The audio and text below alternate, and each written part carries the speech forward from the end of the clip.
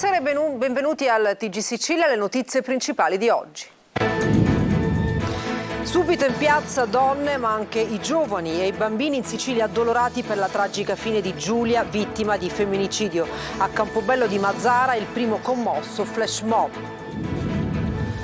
Dopo Taormina, proteste per la sanità pubblica anche a Milazzo. A rischio il pronto soccorso e il punto nascite dell'ospedale. Il vice premier e ministro Tajani al TG Sicilia, l'accordo con l'Albania tappa per la soluzione del problema dei migranti. Taormina ospita la convention di Forza Italia.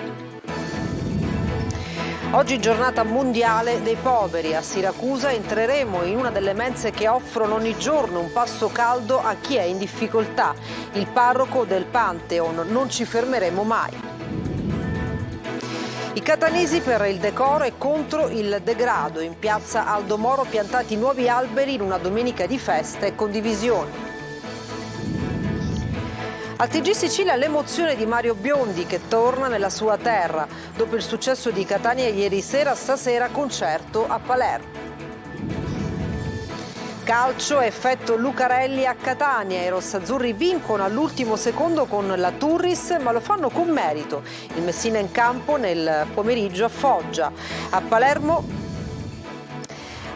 più di 2000 atleti in gara nella maratona internazionale. A vincere un corridore etiope secondo il keniano. Tantissimo spettacolo per un percorso che ha appassionato la città.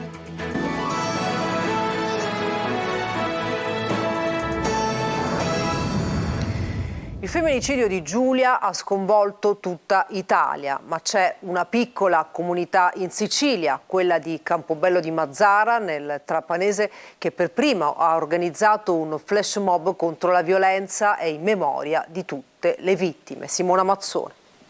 Tutte Giulia, tutte le donne e tutti gli uomini che oggi piangono dal Veneto alla Sicilia la scomparsa di Giulia Cecchettin, vittima di femminicidio, assassinata a sangue freddo dal suo ex Filippo Turetta. A Campobello di Mazara, nel Trapanese, è stato organizzato in brevissimo tempo davanti al sagrato della Chiesa Madre un flash mob, un momento intenso di riflessione seguito da una preghiera e da un minuto di silenzio. Questa comunità, terribilmente scossa come tutti, ha voluto per prima rendere omaggio a Giulia e a tutte le donne vittime di violenza, uccise barbaramente da chi un tempo diceva di amarle. Ti voglio bene vuol dire voglio il tuo bene, ha detto un commosso Don Pietro Pisciotta, parroco a Campobello, da sempre figura di riferimento per i suoi parrocchiani. Chi ti vuole bene ti lascia libera di scegliere, ha spiegato ai moltissimi giovani invitati a partecipare dalla locale sezione della Fidapa, promotrice del flash mob. Abbiamo coinvolto i ragazzi, i bambini, i giovani e sono corsi in effetti numerosi perché pensiamo che solo da loro possiamo iniziare e dobbiamo fare qualche cosa sempre e comunque insieme a loro. Erano oltre 100 sulla scalinata della Chiesa Madre, tra adulti e giovanissimi, e tutti tenevano stretto in mano un filo rosso che idealmente li univa. Alcuni soci della Fidapa hanno invece indossato al petto un fiore di tessuto colore verde, come la speranza che un giorno tanta cattiveria e tanta violenza possa finire. E del femminicidio di Giulia si è parlato anche nella giornata conclusiva del meeting di Forza Italia oggi a Taormina, dal ministro Valditara che annuncia per martedì un minuto di silenzio nelle scuole, alla ministra Bernini sull'idea di borsa di studio in onore della giovane laureanda, al ministro degli esteri Tajani sull'arresto dell'ex fidanzato. Ascoltiamo Tajani. Con l'arresto, grazie al lavoro di coordinamento tra le nostre forze dell'ordine e quelle tedesche, di questo ragazzo che ha ucciso la propria ex fidanzata, credo che in pochi giorni potrà essere affidato alle forze dell'ordine e alla giustizia italiana per subire il giusto processo. Per una ragazza che si stava per laureare, io credo che dovremmo darle una laurea honoris causa. I carabinieri di Caltabellotta d'Agrigento per l'omicidio a bastonate di El Faquin Hakim, 28 anni, originario del Marocco, il cui cadavere è stato trovato nella periferia del paese, nei pressi del campo sportivo. Anche la persona fermata è un nordafricano. Gli investigatori ritengono che ad aggredirlo sarebbero state almeno 3 persone. L'omicidio sarebbe maturato all'interno di un accampamento occupato da extracomunitari che in questo periodo lavorano nella raccolta delle olive. Il giallo di Randazzo, indagini a 360 gradi sul tentato omicidio e poi sul suicidio di un 87enne di Moio. Interrogate diverse persone, resta oscuro il movente. L'arma detenuta illegalmente è stata sequestrata. Tonino De Mana. Ha sparato 3 colpi di pistola calibro 9. Il quarto colpo lo ha indirizzato verso se stesso per togliersi la vita dopo aver tentato di uccidere un 67enne di Randazzo, tuttora ricoverata in prognosi riservata al Cannizzaro di Catania. Non è in pericolo di vita, ma è stato necessario un delicato intervento chirurgico. È un vero e proprio rompicapo per gli investigatori il fatto di sangue avvenuto ieri intorno alle 13 in un casolare di campagna di via Sciarone a Randazzo. È qui che Salvatore Minissale, 87 anni, arriva da Moio Alcantara a bordo della sua Alfa 156. Va dritto verso l'abitazione, dopo alcuni minuti apre il fuoco contro il 67enne, definito una persona mite e tranquilla. Poi si allontana, trova il cancello chiuso e rivolge l'arma verso se stesso, sparandosi alla testa. A chiamare soccorsi è stata una badante presente in casa e la cui testimonianza potrebbe essere importante per ricostruire la vicenda. Dagli investigatori vige il massimo riservo. La certezza è che alcune persone sono state già sentite dai carabinieri di Randazzo e che avrebbero riferito di vecchie questioni pregresse, forse un incidente avvenuto in passato e che avrebbe creato attriti tra Minissale ed un familiare del 67enne ferito. Ipotesi che si stanno vagliando in queste ore, anche se resta inspiegabile l'epilogo. Perché Minissale si è sparato e soprattutto qual è il movente del pomeriggio di follia di via Sciarone? La pistola, detenuta illegalmente, è stata sequestrata e sarà analizzata dai RIS di Messina. Bisognerà capire la provenienza dell'arma e se eventualmente sia stata utilizzata anche in passato. La notizia di un incidente mortale, un 26enne, Gianluca Lombardo, è morto sul colpo in un incidente stradale frontale a Lido Marinella, a Porto Empedocle ad Agrigento. L'auto guidata dal giovane si è scontrata per cause ancora in corso di accertamento con un'altra macchina con a bordo marito, moglie e 3 bambini. E cambiamo argomento, il rischio chiusura del centro di cardiochirurgia pediatrica a Taormina, quella del pronto soccorso e del punto nascite a Milazzo. In provincia di Messina sono diversi i fronti di protesta aperti nella sanità. Francesco Triolo. Sono 2 i casi che stanno agitando la sanità messinese, da un lato il centro di eccellenza della cardiochirurgia pediatrica di Taormina, dall'altro lo smantellamento del pronto soccorso e del punto nascite dell'ospedale di Milazzo.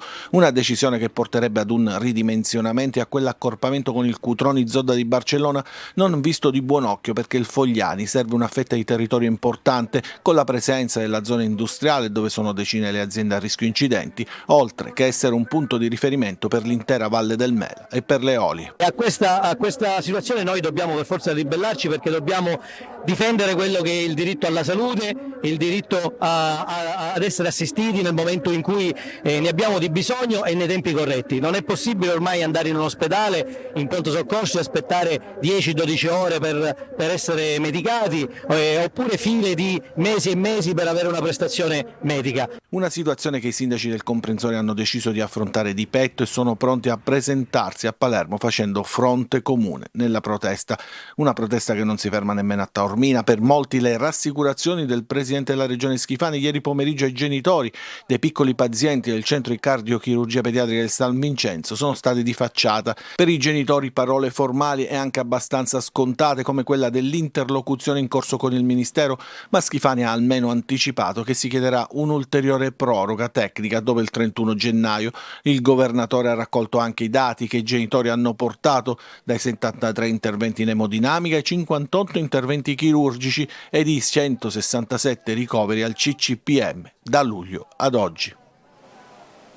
Il vice premier e ministro degli esteri Tajani ha chiuso a Taormina la convention regionale di Forza Italia, l'accordo sui migranti con l'Albania e le alleanze in prospettiva delle elezioni europee tra i temi dell'intervista rilasciata al nostro inviato Luca Ciliberti.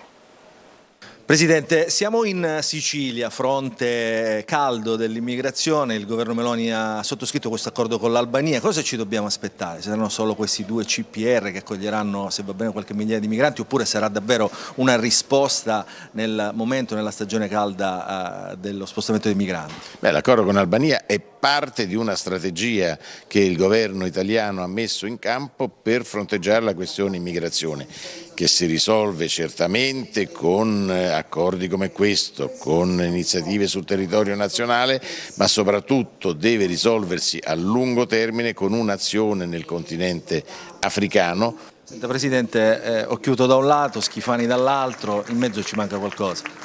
Stiamo lavorando per trasformare il sogno di Silvio Berlusconi in realtà, cioè quel ponte che non soltanto collegherà la Sicilia alla Calabria, ma sarà uno strumento per la crescita economica dell'intero Paese. Le infrastrutture sono determinanti per la crescita economica. Tornando al tema delle europee, correrete da soli o farete alleanze? Noi correremo da soli con il nostro simbolo, poi siamo pronti ad accogliere anche candidati indipendenti. Nella 7ª giornata mondiale dei poveri siamo andati a Siracusa, in una delle mense che ogni giorno offrono un pasto caldo a chi è in difficoltà. Il parroco del Pantheon ai nostri microfoni: non ci fermiamo mai. Francesco Aloi. I volontari non si fermano mai, nemmeno la domenica. Nella giornata mondiale dei poveri, come ogni altro giorno, sono pronti ad aiutare chi è in difficoltà. Noi siamo andati alla mensa del Pantheon a Siracusa. Grazie al volontariato che garantisce una presenza continua e alla provvidenza che alla mensa del Pantheon e di casa riusciamo ad offrire a chi si presenta un pasto completo, caldo, tutti i giorni. Dal primo al dolce, chi viene qui riceve un pasto completo, pasto che per chi vive nella povertà vale doppio. Prima del pasto materiale c'è l'accoglienza da parte della comunità e dei volontari. Tanti si percepisce hanno bisogno di un sorriso, hanno bisogno di una carezza, hanno bisogno di essere ascoltati. Ci si allontana per qualche ora dalla casa e dalla famiglia per dare il proprio contributo. Aiutare gli altri fa stare bene anche noi, ci dicono i volontari. Abbiamo questo piacere di dedicare un po' di tempo della nostra vita a chi è meno fortunato di noi. E ci riempie di gioia. Negli ultimi anni in Sicilia la povertà riguarda sempre più persone, stranieri ma anche italiani. Le richieste di aiuto aumentano di giorno in giorno. Più verde e meno cemento, a Catania piantati alberi di falso pepe, momento di festa e condivisione in piazza Aldo Moro. Tonino De Mana. Preziosi alleati dell'ambiente, fondamentali per ridurre l'inquinamento e le temperature in una città, Catania, reduce da un luglio rovente che ha portato persino al danneggiamento di cavi elettrici e a prolungati blackout. L'importanza degli alberi è sotto gli occhi di tutti e piantarli è sempre un momento di festa e di condivisione. Appuntamento di buon mattino in piazza Aldo Moro, dove sono stati piantati diversi arbusti di falso pepe per rendere più verde ed accogliente il parco. Non si può non pensare di programmare. Il verde, gli alberi sono essenziali per la salute del cittadino, oltre ad essere chiaramente belli esteticamente, sono essenziali. La Sicilia come sta sotto questo punto di vista? La Sicilia, insomma, abbiamo tanti problemi, non c'è una programmazione strutturata di quelli che sono gli interventi per quanto riguarda il dissesto idrogeologico. Per esempio, abbiamo gli incendi. Si incendiano tantissimi ettari di bosco durante l'anno, ma non c'è un piano di riforestazione. Alberi uguale benessere. Catania purtroppo ha troppo cemento e poco verde. Quel poco verde noi lo dobbiamo cercare di ampliare e migliorare, come quest'area che i cittadini stessi ci richiedevano da tempo di essere munita appunto di più alberi. catturano le polveri sottili, rilasciano ossigeno, proteggono dall'erosione, contribuiscono a conservare la biodiversità, migliorano il benessere dei cittadini e creano luoghi di socialità. L'immagine simbolo è quella che vedete, tutti, grandi e piccoli, attorno ad una pianta ancora fragile, ma sicuramente utile, specie per le nuove generazioni. Abbiamo incontrato Mario Biondi, tornato nella sua Sicilia per 2 spettacoli. Stasera il concerto a Palermo, dopo il grande successo di ieri sera al Massimo Bellini. Emanuela Corsi. Resta fisso e immobile lo sguardo come parla. Uno show unico, mai visto prima. Un'orchestra composta da 18 elementi che suona sul palco senza amplificazione, la sua inconfondibile voce al centro di un'atmosfera calda ed intima. Mario Biondi è tornato in Sicilia per regalare al pubblico un'esperienza senza tempo, con 2 tappe, una catanese e una palermitana, del Crooning The Italian Tour. Il primo dei 2 appuntamenti ieri sera al Teatro Bellini di Catania. Siamo alla data catanese e per me è ovviamente un'emozione fortissima. Io in questo teatro ci sono cresciuto da bambino, ho fatto il figurante lirico, ho fatto Idomeneo, ho fatto diverse opere e tornarci in questa veste un po' più classica mi emoziona, mi stimola anche tantissimo.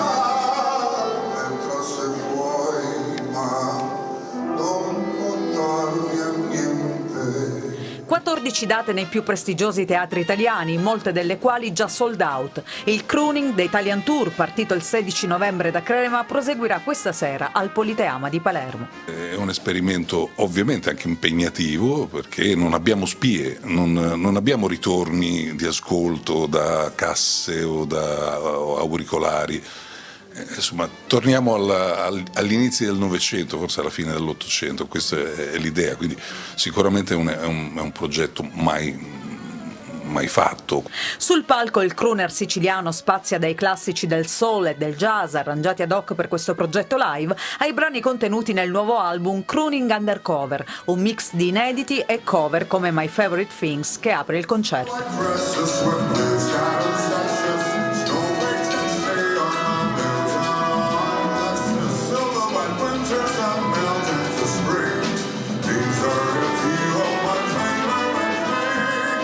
Con tutti i musicisti siciliani, palermitani tendenzialmente, tutti estremamente bravi. Abbiamo rivisitato il repertorio classico con classicità.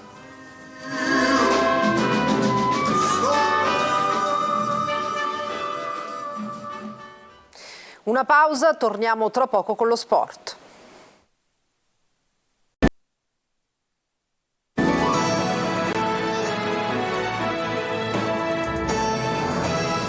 Bentornati al TG Sicilia, adesso il calcio, il Catania rinasce con Lucarelli, rossazzurri vittoriosi all'ultimo secondo con la Turris ma con pieno merito.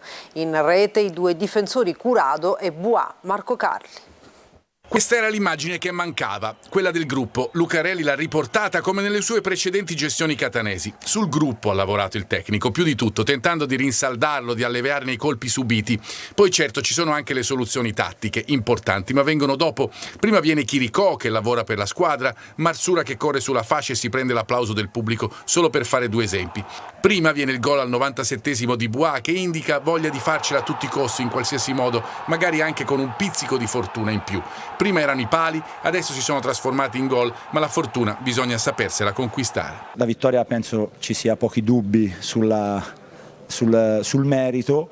Ho detto ai ragazzi di cogliere questo segnale perché potrebbe essere che il vento ha cominciato a girare. Fin qui il Lucarelli motivatore, ma c'è anche il Lucarelli tattico che sposta Rocca fra le linee, vara il 4-2-3-1 con i rientri dello stesso Rocca in mediana e di qua in difesa per limitare il gioco della Turris. Il risultato è un Catania arrembante fin dall'inizio che costruisce azioni da gol. Di Carmine prima sfiora il palo dopo una bella imbucata di Buà, poi trova il riflesso di Fasolino che ribatte di piede e poi si deve invece inchinare il portiere al colpo di testa di Curado. Finalmente in campionato un gol su calcio piazzato. Nella ripresa il Catania costruisce meno ma controlla il match, tanto che la rete della Turris appare un episodio episodio, seppur favorito da una distrazione generale. Il Catania subisce il colpo, ma resta lì attaccato alla partita fino al finale che stravolge tutto e magari apre altre strade. L'esperienza suggerisce cautela. Troppe volte si è gridato la svolta in questa stagione senza poi afferrarla realmente, ma per dirla alla Lucarelli forse adesso il vento è cambiato. Sta al gruppo Catania saperlo sfruttare e provare a spiccare il volo. Sconfitta del Messina per 2-0 oggi pomeriggio a Foggia. Le reti sono state realizzate nel primo tempo da Peralta su calcio di rigore e nella ripresa da Salines. Ennesima prestazione negativa della squadra di Modica, terzultima in classifica. E oggi a Palermo la maratona con oltre 2000 atleti, a vincere un corridore etiope secondo un keniano. Ma tantissimo spettacolo per un percorso che ha appassionato un po' tutti. Marco Gullà. Palermo indossa le scarpe da running e pettorina per la 28esima maratona della città. 2000 atleti in gara per la maratona di Palermo, dal Politeama a Piazza Vittorio Veneto, dal parco della Favorita al centro storico, passando per Piazza Indipendenza proprio ai piedi del Palazzo Reale. Un percorso bello e suggestivo per gli atleti che hanno corso questa mattina per le vie del capoluogo siciliano. A vincere l'etiope Teshom secondo il keniano Kip Kenei, una festa dello sport. Ancora una volta la città di Palermo si conferma protagonista nel settore dell'atletica leggera, con una maratona davvero straordinaria che non racconta solo di sport ma di sostenibilità, perché quest'anno in parallelo alla giornata della maratona abbiamo istituito la giornata ecologica con un messaggio forte per l'intera collettività, ma anche raccontiamo di socialità grazie ad un messaggio di forte inclusività e perché no anche di turismo. Nel pubblico anche Rashid Berradi, ex primatista italiano della mezza maratona. Una maratona che quest'anno ha battuto ancora tutti i record, più di 500 maratoneti e altre 1500 partenti sulla mezza. Molto interessante l'idea di fare la staffetta, quindi per dare la possibilità a tanti runner di poter portare a termine una maratona. Gli oltre 2000 atleti hanno corso immersi nelle bellezze naturali e artistiche della città, circondati da una splendida cornice di pubblico che tra appassionati e curiosi hanno spinto tutti verso il tanto agognato traguardo. E per questa edizione ci fermiamo, grazie per l'attenzione e buona serata.